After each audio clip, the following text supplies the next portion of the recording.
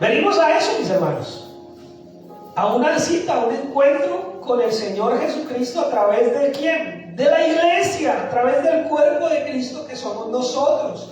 Todo es parte importante de la reunión que hacemos en este lugar. Desde las 10:30 que estamos orando, ya estamos reunidos en su nombre. Sea que usted llegue o no llegue, sea que llegue a las 10:30, a las 10:45, a las 11, estamos reunidos en su nombre. Cuando llegamos, si usted llega, desde el momento en que llega al parqueadero, desde el momento en que empieza a acercarse, usted ya está en el servicio al Señor.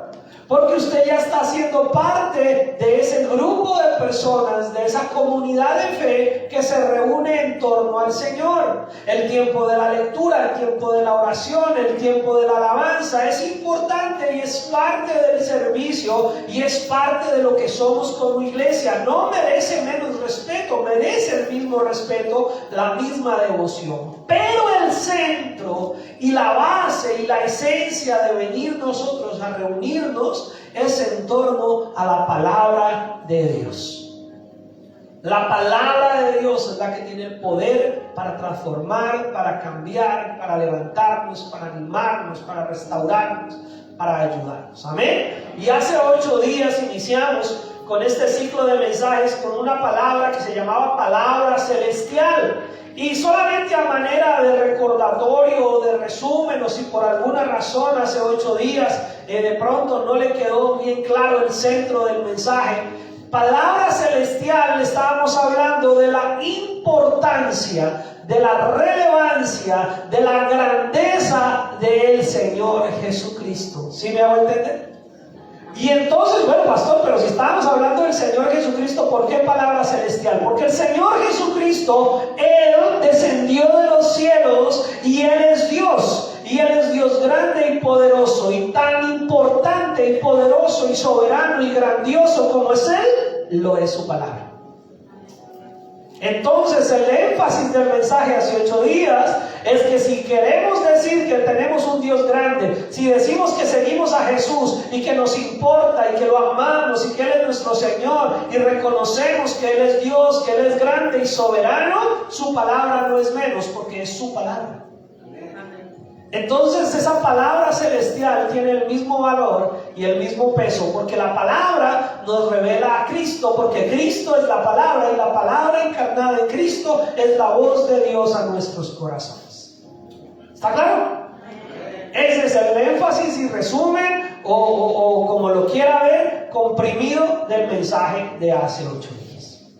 Y hoy tenemos ese mismo énfasis direccional y hoy el mensaje es palabra de salvación. Palabra de salvación. Si Jesús es importante y es la persona más importante que ha pisado este planeta, mis hermanos, porque siendo Dios se hizo uno de nosotros, su palabra creadora del universo, sustentadora de todo lo que existe, es la palabra que vino a nosotros hoy también para darnos salvación.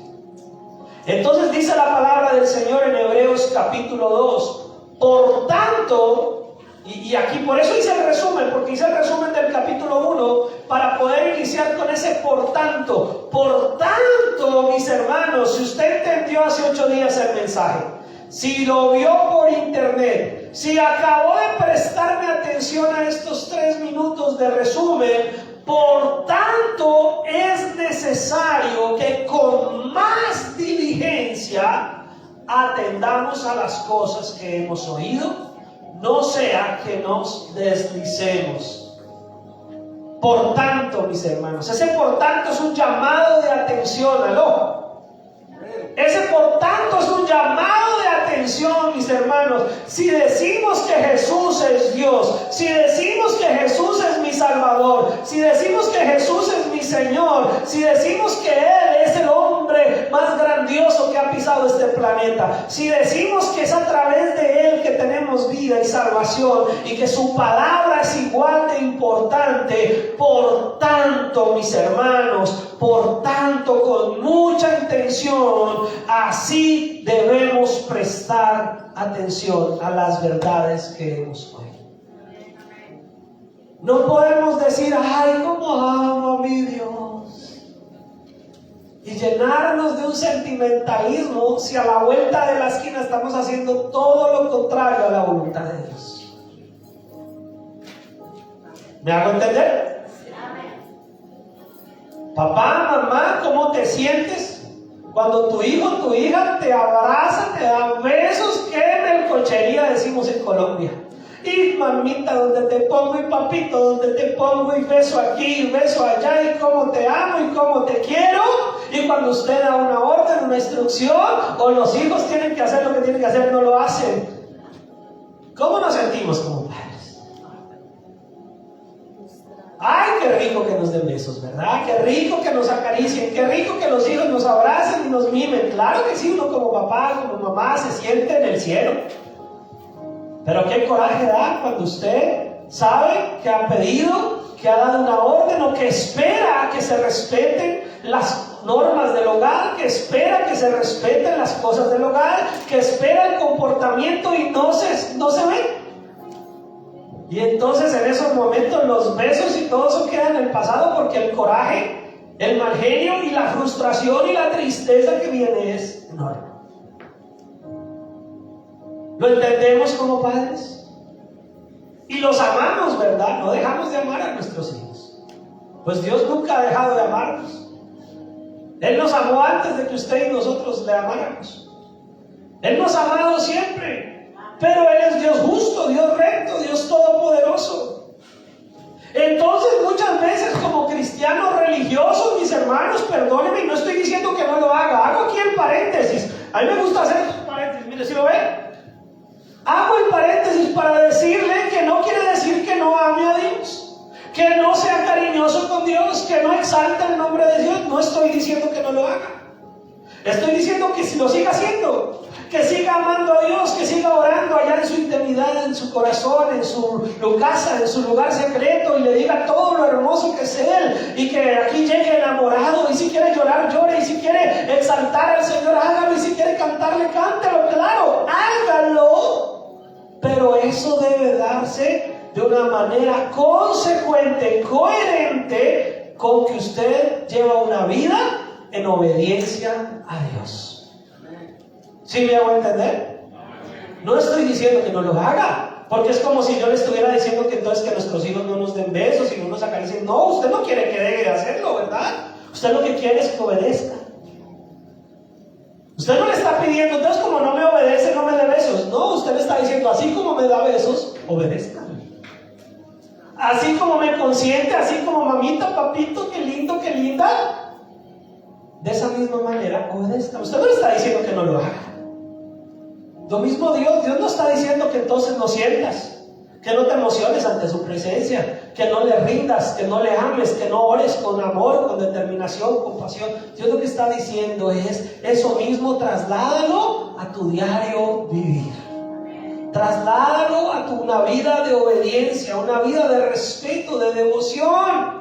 Porque ¿cómo hacemos quedar a nuestros padres cuando nosotros como hijos decimos que los amamos, pero hacemos todo lo contrario y deshonramos esa crianza, deshonramos ese apellido, ¿no? Deshonramos ese hogar que nos dio salir? Lo mismo podemos hacer con Cristo Jesús, decir que lo amamos, venir a la iglesia, pero si afuera estamos deshonrando su nombre, si afuera estamos viviendo una vida fuera de su voluntad, si allá afuera estamos diciendo cosas que no debemos decir, hablando cosas que no debemos hablar, prestándole atención a cosas que no debemos prestarle atención, y estamos dando un mal testimonio, ¿cómo estamos dando en evidencia al Dios que decimos, papito Dios, cuánto te amo? ¿Sí me van a entender? Porque el reino de los cielos, mis hermanos, no es de labios para afuera, es desde el corazón, mis hermanos. La palabra del Señor lo dice, y no lo voy a citar ahorita, no vamos a ir allá, pero ustedes, algunos lo conocen, y si no lo conocen, entonces llévense la idea y búsquelo. Ahí le dejo para que tenga un motivo para buscar en la Biblia. Pero la palabra del Señor dice que este pueblo que de labios me honra, pero su corazón está lejos. De labios podemos decir muchas cosas. De labios para afuera podemos prometer el cielo y la tierra. De labios para afuera nos comprometemos con la gente. De labios para afuera juramos fidelidad. De labios para afuera nos decimos cuente conmigo. De labios para afuera hacemos muchas cosas con Dios y entre nosotros como hombres, como seres humanos. Pero el corazón a veces no está coherente con las palabras. Y ahí es donde tenemos que establecer una correcta relación. Porque la palabra que viene de la boca de Dios, la palabra que viene del nombre de Jesucristo, que eso es lo que vimos hace 8 días en ese capítulo 1, que es nombre sobre todo nombre, superior a todos los ángeles, que no hay palabra de un ángel que sea más poderosa que la palabra de Dios. De ese Dios debemos con diligencia atender su voz, para que no sea que nos deslicemos. No sea que nos desviemos de ellas. Ojo, mi hermano, con lo que voy a decir. Yo no estoy hablando que esa salvación es un juguete. Yo no estoy diciendo que esa salvación entonces es como un yo-yo que va y vuelve. No, lo que estoy diciendo es que nos deslicemos de esa salvación y demos mal testimonio, demos un mal ejemplo de lo que hemos recibido de la salvación. La salvación, mis hermanos, Dios nos la ha entregado. Y la salvación, como lo vengo predicando por 5 años, no es un tema solo de cuando me muera y me vaya para el cielo. La salvación es un tema de aquí mostrar al Dios salvador. De aquí mostrar al Dios que me salvó. De aquí dar evidencia de que efectivamente, ¿qué? Soy salvo. Entonces nos podemos deslizar no de la salvación como tal, sino de dar ese buen testimonio de la salvación. El libro de Santiago, mis hermanos, ¿se acuerdan que lo vimos hace un tiempo, el mes pasado, 2 meses anteriores? El libro de Santiago fue escrito buscando que el cristiano entienda que debe llevar una vida madura, una vida responsable.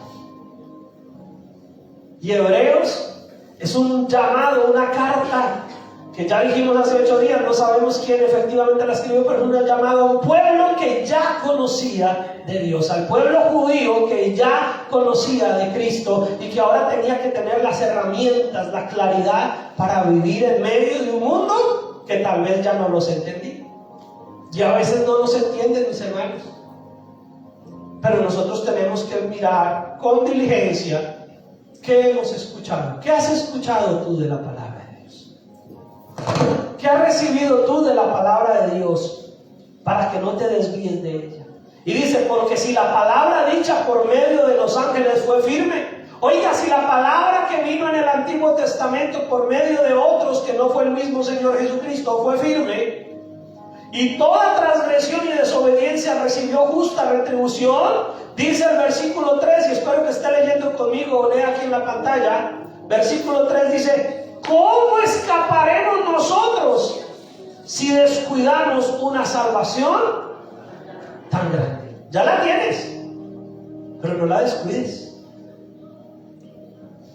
Porque aquí en la tierra podemos tener muchos problemas si descuidamos esa salvación.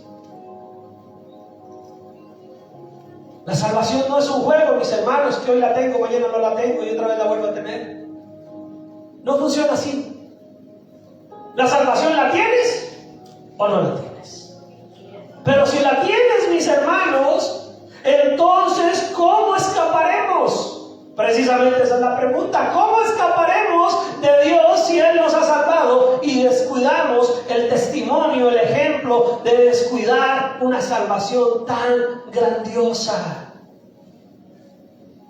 ¿Cómo vamos a vivir, mis hermanos, en otra palabra? ¿Qué nos hace pensar, se lo leo en la Nueva Traducción Viviente, qué nos hace pensar que podemos escapar si descuidamos esta salvación tan grande que primeramente fue anunciada por el mismo Señor Jesús y luego nos fue transmitida por quienes lo oyeron hablar? ¿Cómo vamos nosotros a escapar? ¿Cómo vamos nosotros a decir que no entendimos cuando ya fuimos salvos? No puedes haber recibido tan grande salvación y decir, no, ya, como que no, como que eso no era conmigo. No, si la recibiste es contigo.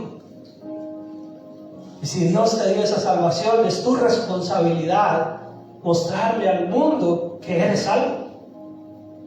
Es tu responsabilidad de una manera muy amorosa y responsable delante del Señor, mostrar que amas y valoras esa salvación. No es decir, sí, soy salvo, sí. Y seguir en un mundo de desobediencia. No se trata de eso, ¿verdad? ¿Sí me estoy haciendo entender? ¿O estoy cantinfleando? ¿No? ¿Vamos bien?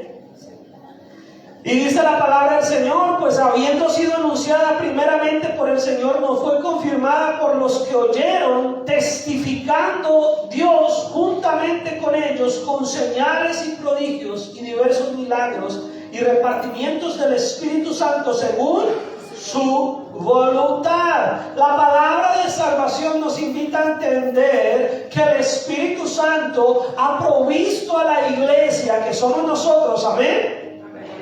¿Estamos aquí en un grupo de salvos? Amén. ¿Salvados por el Señor Jesucristo? Amén. Por la gracia del Espíritu Santo somos salvos.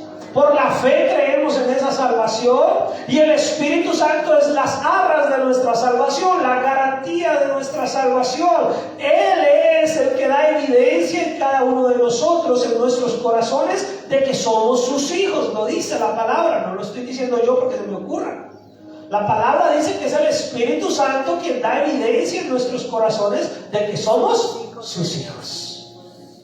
Y entonces es el mismo Espíritu Santo el que por su voluntad toma a la iglesia y la nutre y le da dones y le da capacidad y le da la oportunidad de ser un instrumento de bendición para continuar salvando a un mundo perdido. O sea que ser la iglesia de Cristo no es venir el domingo y sentarme en una silla. Eso no es ser la iglesia de Cristo.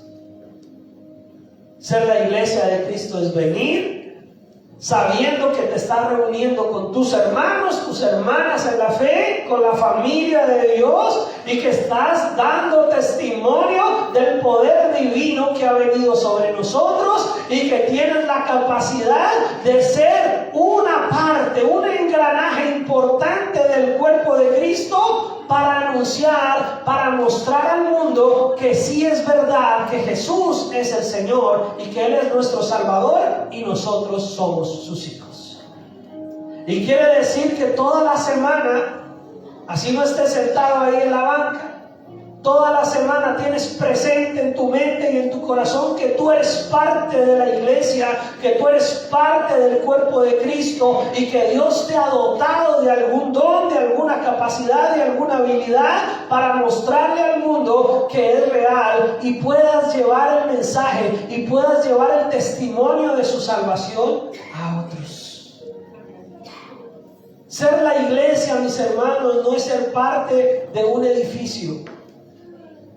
Ser la iglesia, mis hermanos, es tener la identidad de Cristo Jesús reinando en nosotros y sabiendo que de una manera natural y física nos agrupa, nos reúne en muchos lugares del mundo, nos reúne según la conveniencia y la voluntad del Espíritu Santo para seguir dando testimonio de esa salvación que el mismo Señor Jesucristo trajo con su propia palabra y su propia vida.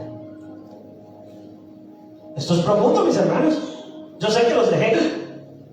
Quedaron en silencio porque quedaron asombrados de tan grande revelación. Pero no es mi revelación, es la revelación de la palabra que nos recuerda. Y dice la palabra del Señor: porque no sujetó a los ángeles al mundo venidero, acerca del cual estamos hablando. Pero alguien testificó en cierto lugar diciendo: ¿qué es el hombre para que te acuerdes de él? ¿O el hijo del hombre para que le visites?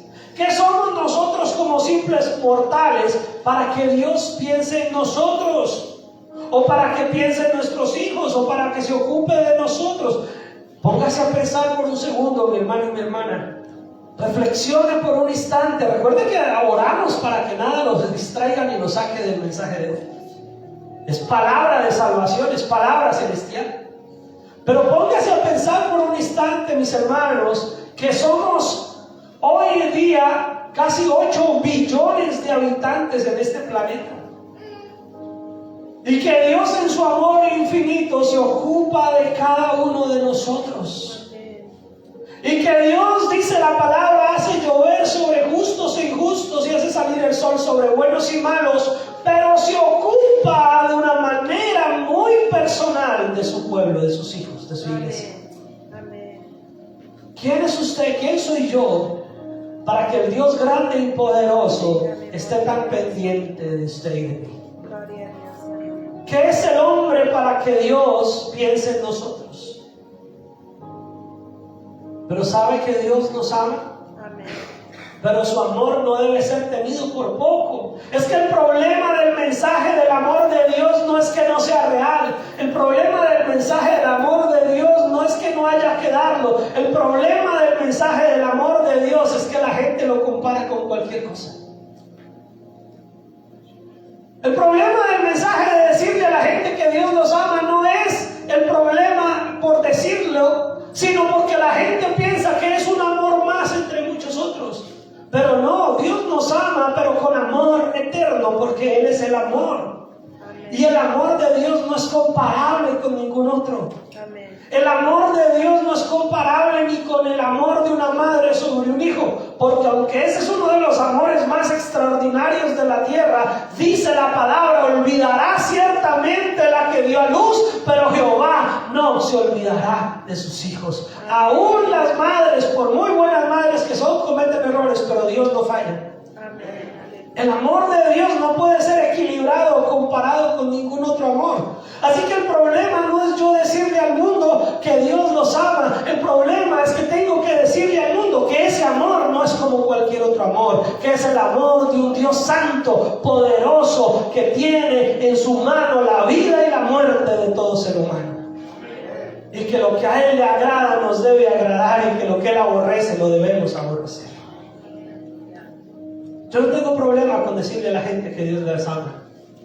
Tengo problemas con no seguirles hablando y no seguirles diciendo por qué Dios los ama y qué tiene que ver ese amor y qué tan grande es ese amor y cómo ese amor no lo pueden comprar en cualquier parte y cómo ese amor debe tener una respuesta igual de grandiosa. Un amor tan grande merece un amor también grande, un respeto grande, una santidad grande. Entonces el amor de Dios, claro que hay que denunciarlo, pero con todo el paquete. ¿Sí me hago entender? Por eso esa palabra de salvación no es solamente decirle a la gente Dios te ama. Ay sí, gracias, yo ya sabía, porque me va bien. Ay sí, porque tengo plata. Ay sí, Dios me ama mucho porque mire, yo bien sinvergüenza y mire, bien borrachito y Dios cuida a sus borrachitos. No sea sinvergüenza. Dele gracias a Dios que no ha padecido en una situación, en un accidente, porque muchos sí lo pasan. Dios te ama, pero no para que sigas viviendo una vida lejos de Él. Dios te ama y ha dado a su Hijo por amor a nosotros, y esa salvación no la podemos tener por poco. Esa salvación no la podemos descuidar. Si aún nosotros siendo infieles no nos ha pasado nada malo, no es porque Dios esté complacido con nuestro pecado, es porque por sus misericordias no hemos sido consumidos, pero Dios sigue anhelando que tú des una respuesta coherente con el amor que Él es. Y si tú crees que el amor de Él es grande, vive una vida responsable a ese amor. Vive respondiendo a ese amor grande. No podemos decir que yo sé que Dios es grande y amoroso y cuando me quiere mucho, y responderle con infidelidad, con pecado, con inmundicia y aborreciendo su nombre con todo lo que yo hago. ¿Sí me hago entender? ¿Me emocioné? Bájale, pastor.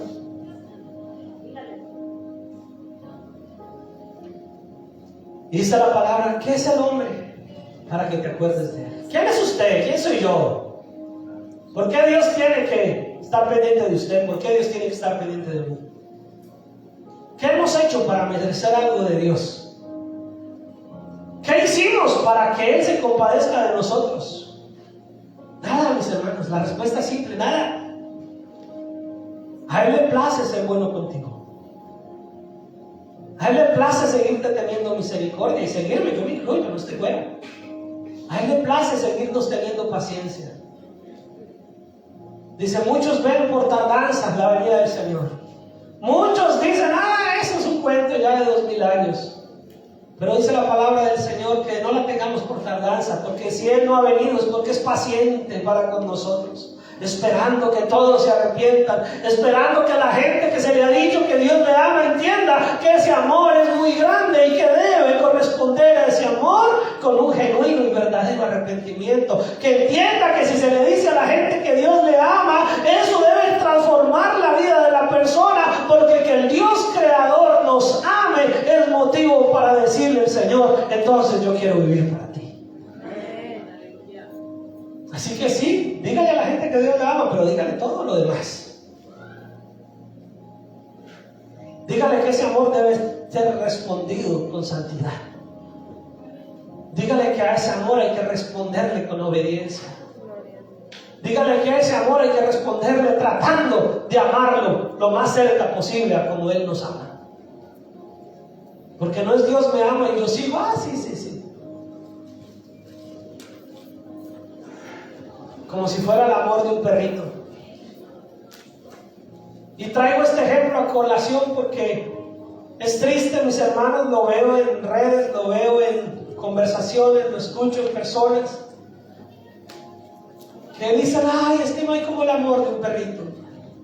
Ellos sí son fieles, ellos sí aman. Claro, los perritos son lindos. Yo no odio los perritos, está bien lindos los perritos. Es que el amor de un perrito sí es puro. No, lo que pasa es que el perrito no habla. Lo que pasa es que el perrito no se defiende. Lo que pasa es que el perrito está dependiente de saber de usted.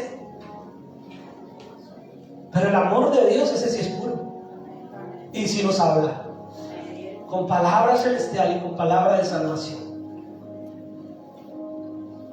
Así que más grande amor que el de un perrito, claro que lo hay. Es el amor de Dios, mis hermanos. Y aún más grande el amor de un perrito es el amor de una iglesia. Y el amor de un verdadero hermano en la fe.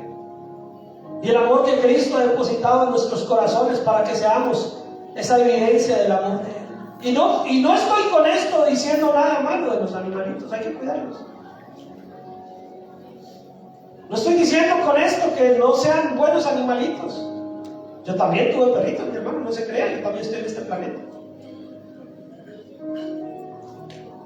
Pero cuando minimizamos el amor de Dios y le damos mayor relevancia al amor de un perrito, o le damos mayor relevancia al amor de un gatito, de un periquito, de cualquier animalito, estamos reduciendo la palabra celestial, la palabra de salvación, y quien representa esa palabra es Dios mismo en su Hijo amado y en su amor, y le estamos quitando el peso al amor más grandioso que se ha derramado en este planeta.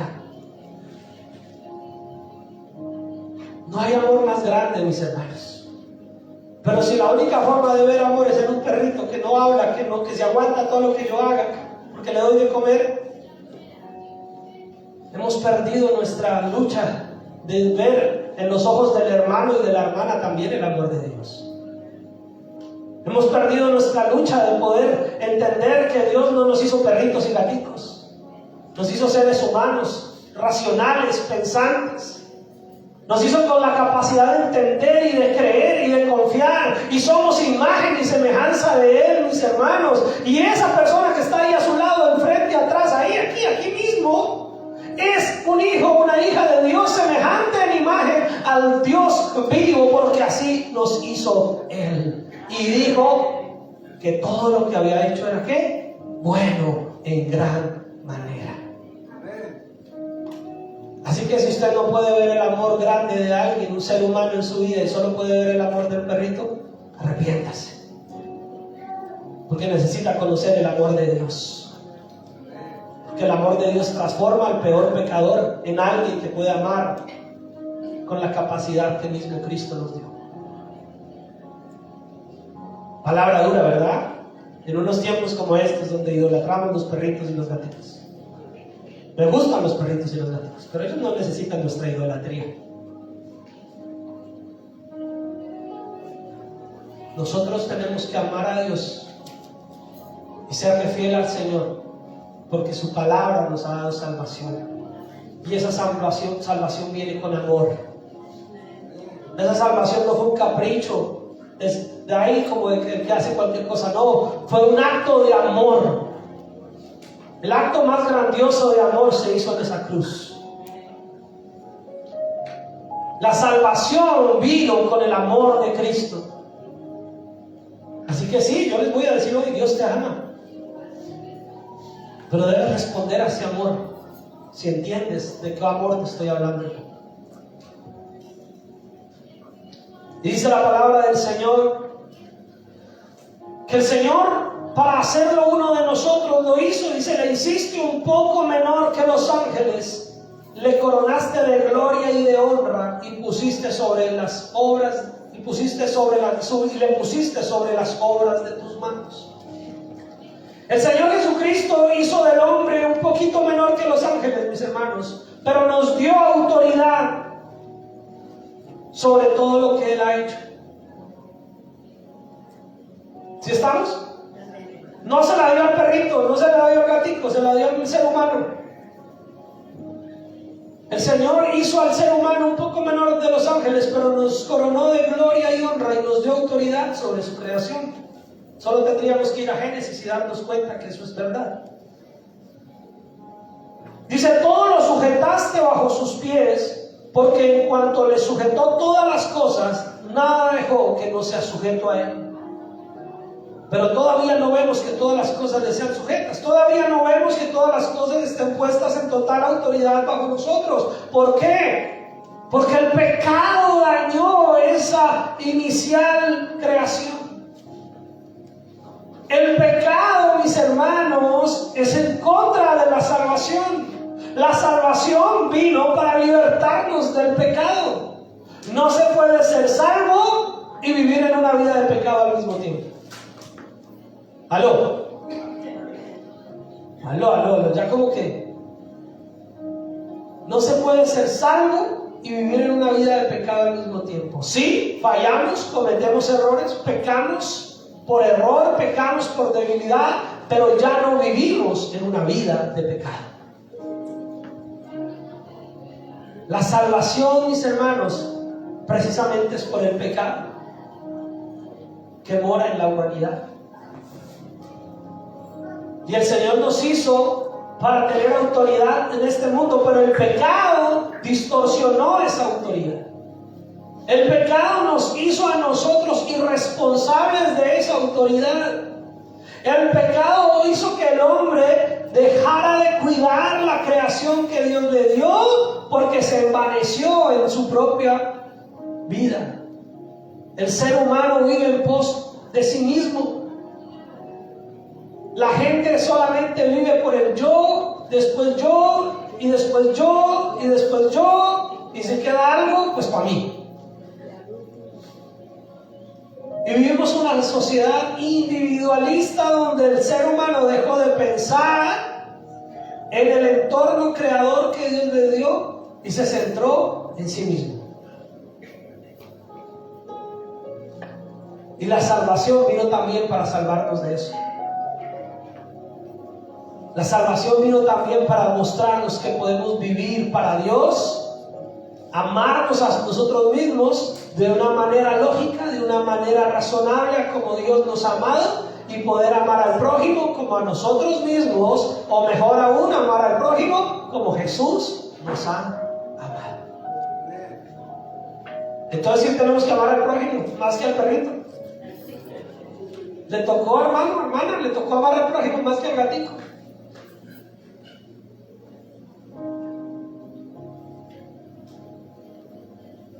Que el hermano aquí en la iglesia, que los diáconos no batan la cola cuando usted llegue, no quiere decir que no los tenga que amar. El perrito bate la cola porque sabe que de usted viene la comidita, viene el pechito. Pero aquí nos amamos porque sabemos que todo viene de la mano de Dios. Todo proviene del Señor. Y Y el Señor puso todo en autoridad, pero aún no se ha completado ese proceso. ¿Por qué? Porque el pecado sigue reinando en este mundo. Porque es necesario que el Hijo del Hombre, el Señor Jesucristo, venga un día y Él ponga en orden todas las cosas, y los que seamos de Él, que hemos recibido esta palabra de salvación, reinaremos con Él y ahí se cumplirá. Por el momento tenemos que seguir batallando, luchando, peleando, guerreando en este mundo y diciéndole al pecado no y diciéndole a Cristo sí. Y entonces el versículo 9 dice: no obstante, la Nueva Traducción Viviente dice: no obstante, lo que sí vemos es a Jesús, a quien por un poco de tiempo se le dio una posición un poco menor que los ángeles, y debido a que sufrió la muerte por nosotros, ahora está coronado de gloria y honor. Efectivamente, por la gracia de Dios, Jesús conoció la muerte por todo. Vemos que aquel que fue hecho un poco menor que los ángeles, a Jesús, Él ha sido coronado de gloria. ¿Qué tuvo que hacer el Señor, mis hermanos, para que entendamos ese amor?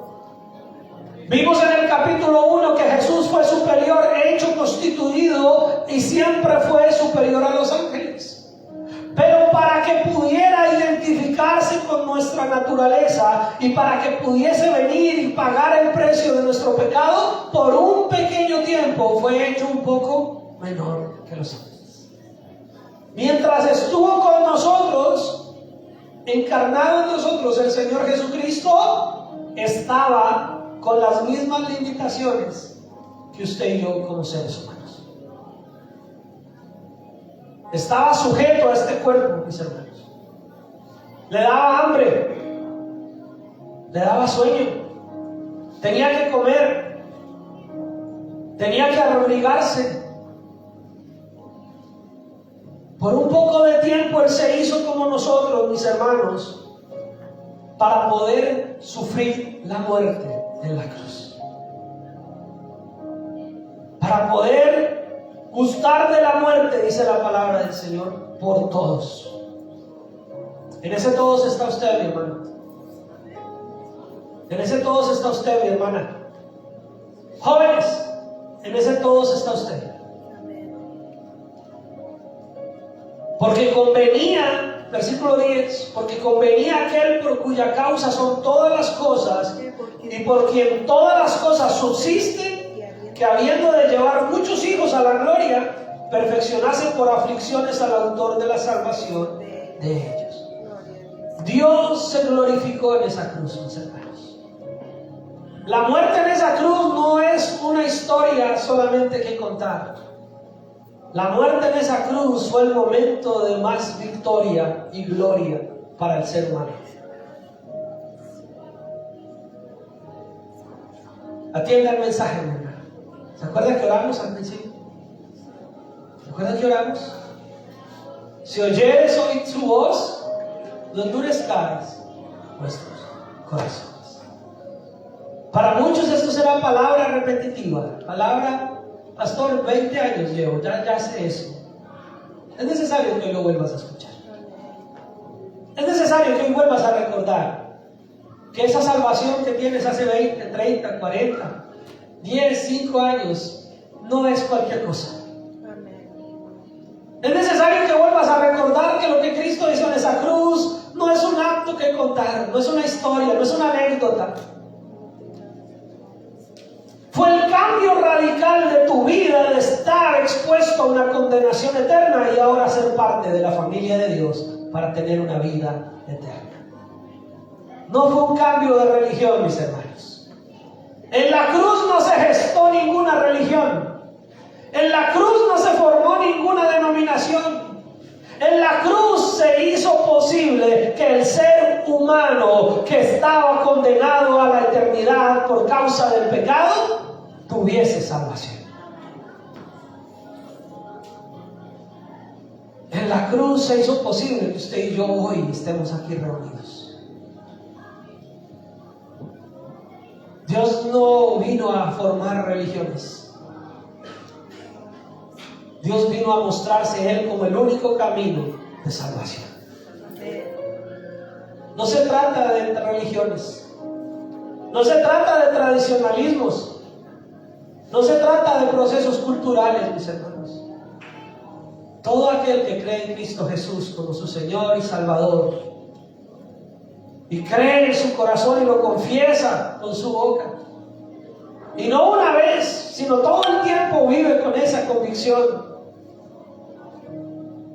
Dios le ha constituido como hijo de Él, le ha hecho salvo.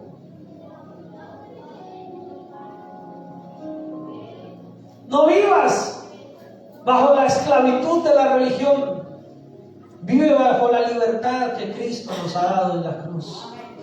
Y esa es la palabra de salvación, mis hermanos. La religión es el intento del hombre por llegar a Dios, pero Cristo es la única forma en que podemos hacerlo.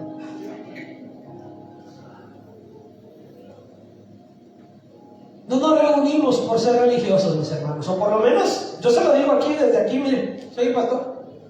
Aquí no nos reunimos por ser religiosos. Aquí nos reunimos porque tenemos claro quién es nuestro Salvador. Amén. Aquí nos reunimos porque nuestra fe está en Cristo Jesús y no en una religión. Aquí nos reunimos porque sabemos que la única forma de llegar al cielo es a través de Cristo Jesús. Y la única forma de vivir una vida aquí en la tierra realmente agradable a Dios es a través de Cristo Jesús. Si tú quieres eso, esta es tu casa.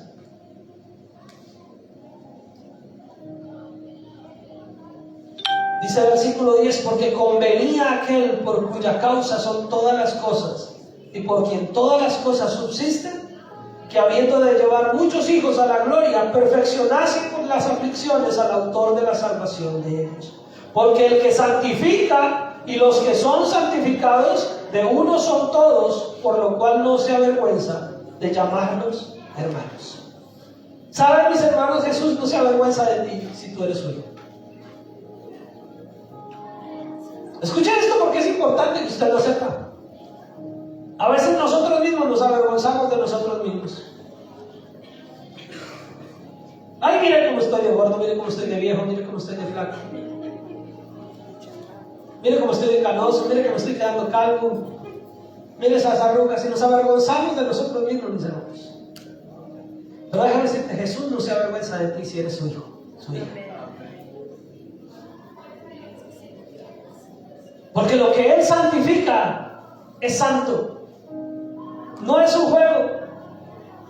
No es un tema de ser de aquí o de allá. Si es Jesús es el que santifica, quedamos santificados. Pero si somos santificados, amamos al que nos santifica. Amén. Y los unos y los otros, el que santifica y los santificados, dice que todos somos de uno, que es del Padre Celestial.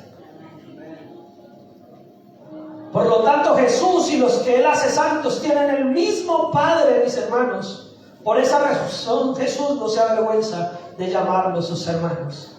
Y aquí es importante hacer una acotación, y hacer una aclaración, y hacer una exaltación. Jesús no se avergüenza de llamarte hermano, pero Él es el Dios. Jesús no se avergüenza de llamarte hermano, pero Él es el Dios creador. Jesús no se avergüenza de llamarte hermano, pero Él sigue siendo el Rey soberano del universo. Ahora, ¿te avergüenza de llamar hermano a alguno de los que estamos acá? Porque Jesús no se avergüenza de llamarnos hermanos, siendo que Él es superior a nosotros. Nosotros acá entre nosotros no hay superiores, no hay más ungidos, no hay más superhombres, mis hermanos. Aquí todos somos necesitados de Dios. No nos podemos avergonzar de ser parte de la familia de Dios. ¿Te avergüenzas de la iglesia? Estoy haciendo preguntas retóricas, no tiene que responderlas. Solo pensar. No tiene que contestarme, no tiene que decirme sí o no. ¿Te avergüenzas de hablar de Cristo Jesús? ¿Te avergüenzas que de pronto sepa alguien que eres cristiano o cristiana? Porque Jesús no se avergüenza de llamarte su hermano. Jesús Te hizo santo para que seas uno más, hijo del Padre. Por lo tanto, Él sabe que sus hermanos, sus hijos, son su familia y no se avergüenza de su familia. Qué triste es cuando en nuestras familias nos avergonzamos, ¿no? De nuestros propios familiares. En la universidad de mi país, en la que yo me gradué, mis hermanos, para los que no saben, estudié en Colombia Administración de Empresas. Y en la universidad en la que yo me gradué también se dicta la carrera de veterinaria. Y el día de los grados había una joven que fue sola a la graduación.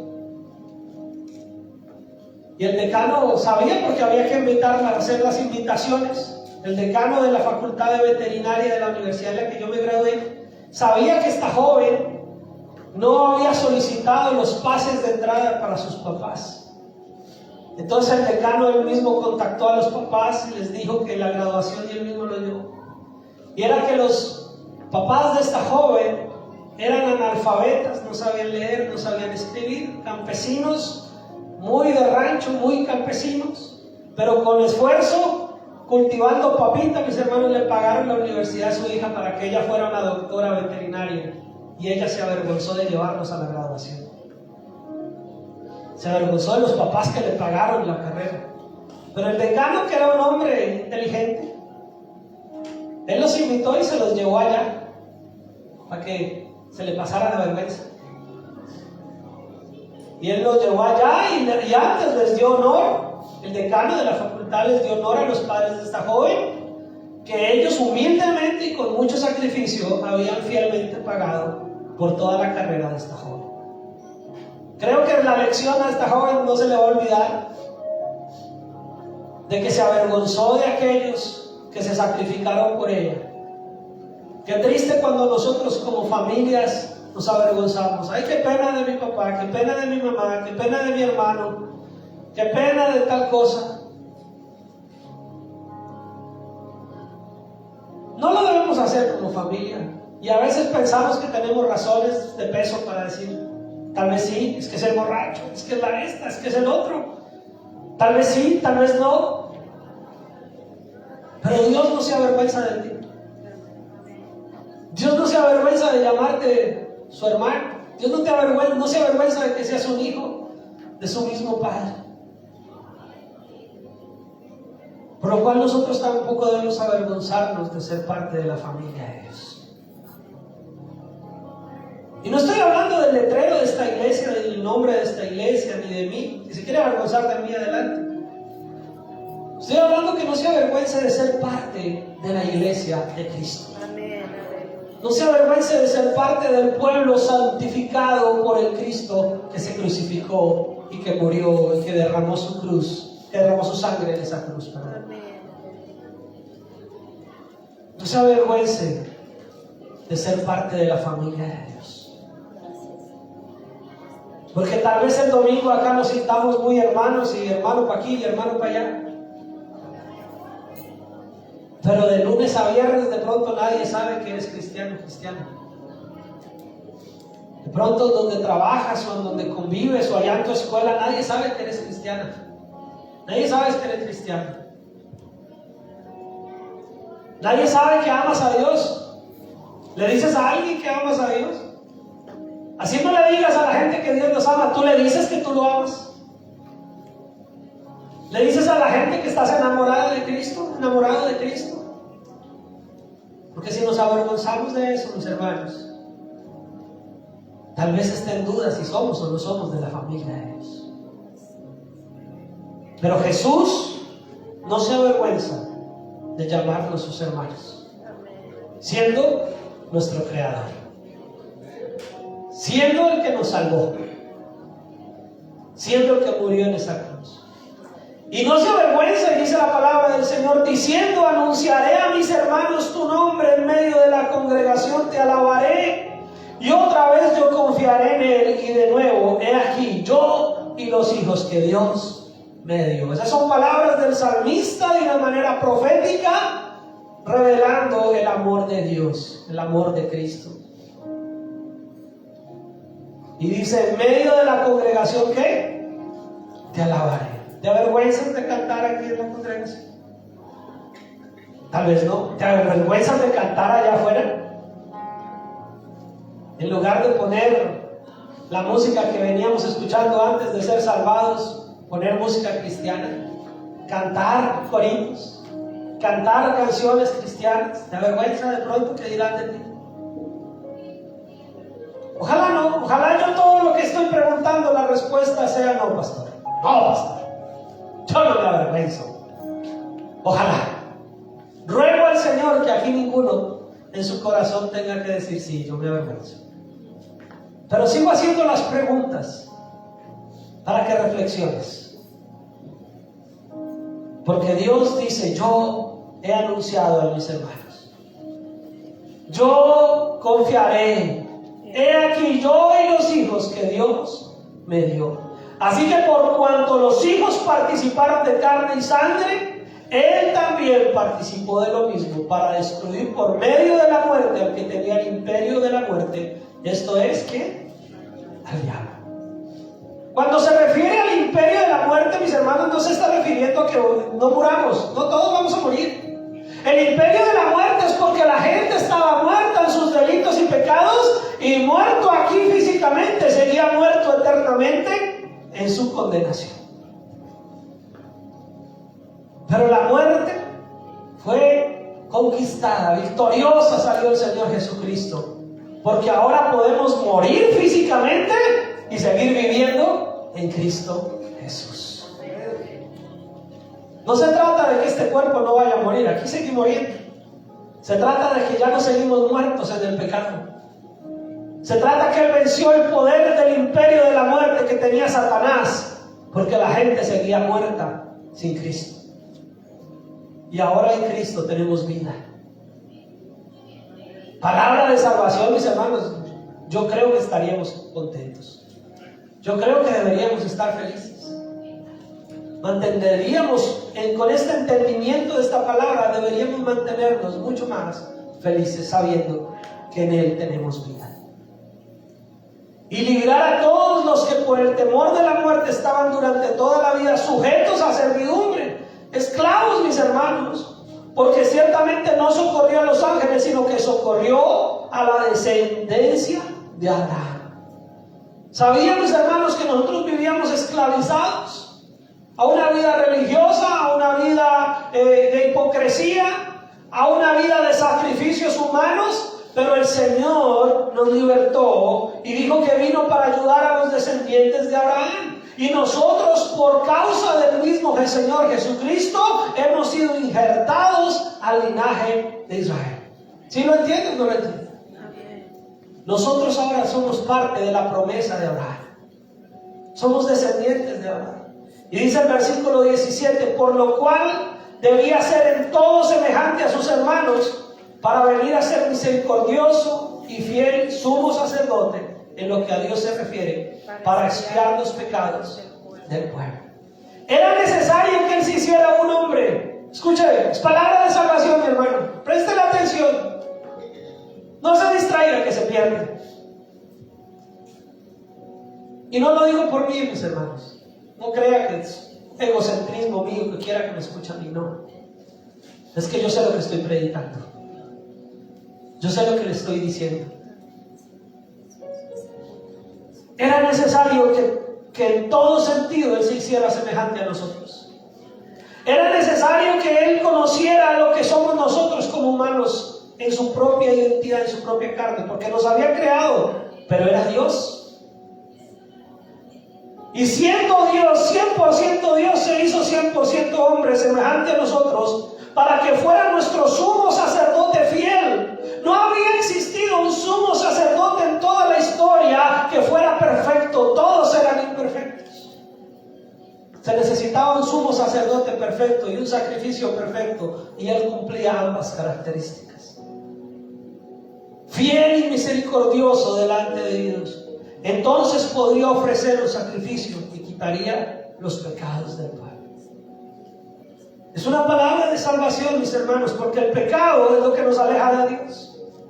El pecado es el que nos condena. Pero Dios se hizo semejante a nosotros para poder, siendo uno de nosotros, librarnos del poder del pecado. ¿Es posible vivir una vida sin pecado? Por lo menos esclavizados del pecado, sí, sí es posible. Pues en cuanto Él mismo padeció siendo tentado, es poderoso para socorrer a los que son tentados. Se lo leo en la otra versión. Debido a que Él mismo ha pasado por sufrimientos y pruebas, puede ayudarnos cuando pasamos por pruebas. Escúchame, hermano, ya vamos a terminar. Es palabra de salvación. Tú decides qué haces con el mensaje de hoy. Si este mensaje hoy ha sido como un ladrillo a tu corazón, yo creo que Dios está dándote duro en ese corazón para quebrantar toda dureza que haya en tu vida y que definitivamente dejes de vivir una vida religiosa y vivas una vida realmente como hijo e hija de Dios.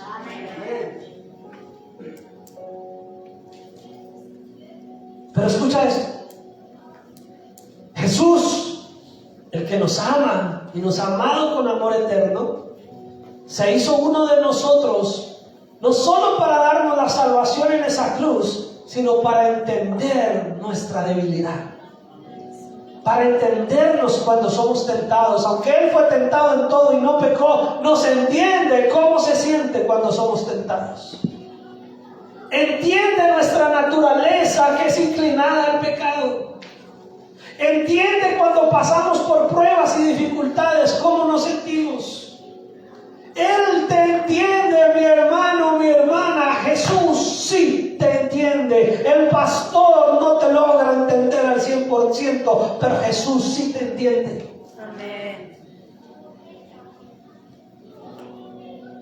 Tu esposo no te logra entender al 100%, pero Jesús sí te entiende. Tu esposa no te logra entender al 100%, pero Jesús sí te entiende. Tus hijos no te logran entender al 100%, pero Jesús sí te entiende. Tus padres no te logran entender al 100%, pero Jesús sí te entiende. Él padeció, mis hermanos, para podernos socorrer a nosotros que también padecemos. La palabra de salvación sigue vigente porque la salvación sigue vigente. La palabra de salvación se debe seguir predicando porque Dios sigue esperando a que la gente se arrepienta.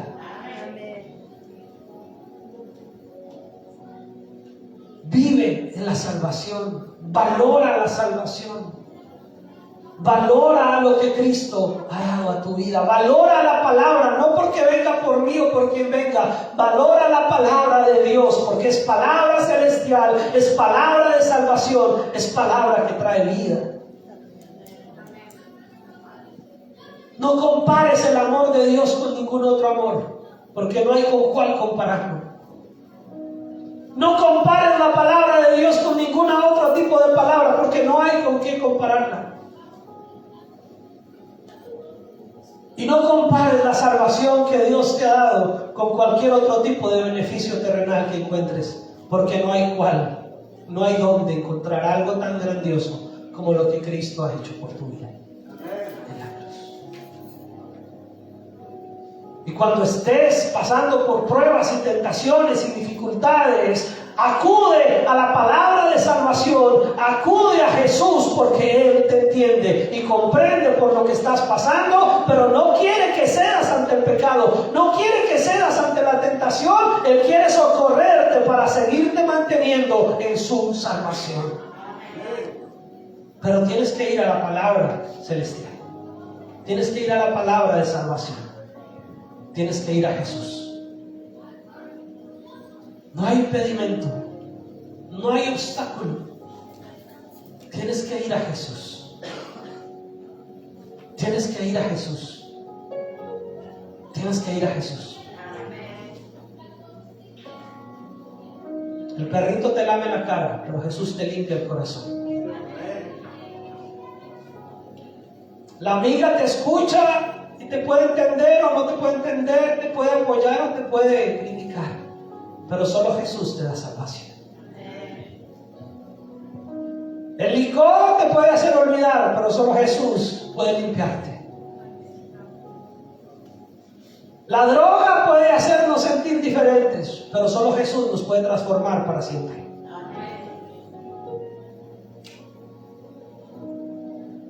Todo entretenimiento, toda distracción de este mundo es pasajero, es temporal, son placeres instantáneos. Solo Jesús te da un gozo permanente. Solo el gozo de la salvación te puede hacer vivir una vida en victoria. No desprecies la palabra.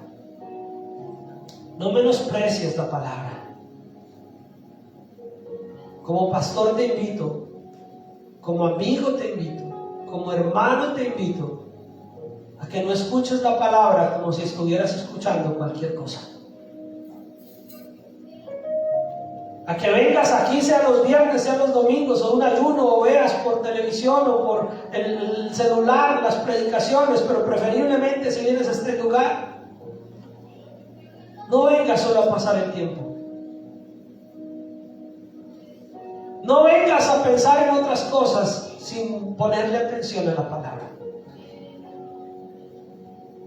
No vengas a imponer tu opinión y tus pensamientos sobre la palabra de Dios. Ven con un corazón arrepentido y humillado a dejar que la palabra de Dios actúe en tu vida y te transforme, porque solo la palabra de Dios trae salvación. No vengas a perder el tiempo a la iglesia, porque no hay tiempo que perder. No vengas a pasar el tiempo a la iglesia, porque aquí no venimos a pasar el tiempo, aquí venimos a escuchar la palabra celestial, la palabra de Dios, la palabra de Cristo Jesús. No vengas por motivos diferentes, que no sea porque realmente entiendes que el amor de Dios ha estado en tu vida y necesitas de la palabra de aquel que te ama. No desprecies este instante. No desprecies esta hora y media, 2 horas que pasamos acá. No las menosprecies. No menosprecies la palabra que Dios sigue hablando. Porque dice la palabra de la Escritura, y lo acabamos de leer, que si la palabra que vimos por los ángeles fue firme, ¿qué pasará si despreciamos la palabra que viene de Cristo Jesús? Busquemos que nuestra salvación nos mantenga firmes. Y no nos deslicemos, y no seamos mal testimonio, y no vivamos vidas religiosas, sino que realmente vivamos vidas transformadas por el poder de la palabra. Amén.